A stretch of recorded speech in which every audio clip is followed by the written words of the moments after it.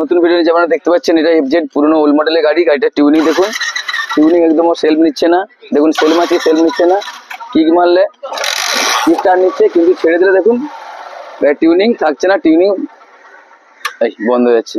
দেখুন সেল মারবো, সেলফ নিচ্ছে না। দেখুন কিক মারবো স্টার্ট, কিন্তু একসাথে ছেড়ে দিলে গাড়ি বন্ধ হয়েছে।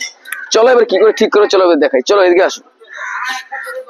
দেখুন আমি হেডের কভারটা খুলেছি। গাড়ি দেখুন ট্যাপিং একটা ঢিলা একটা টাইট হয়েছে। আর দেখুন টাইমিং দেখে দেখো দেখুন, দেখতে পাচ্ছেন এখানে টাইমিংটা আপনাদের দেখা যাচ্ছে। হ্যাঁ এখানে দেখতে পাচ্ছি টাইমিং আছে।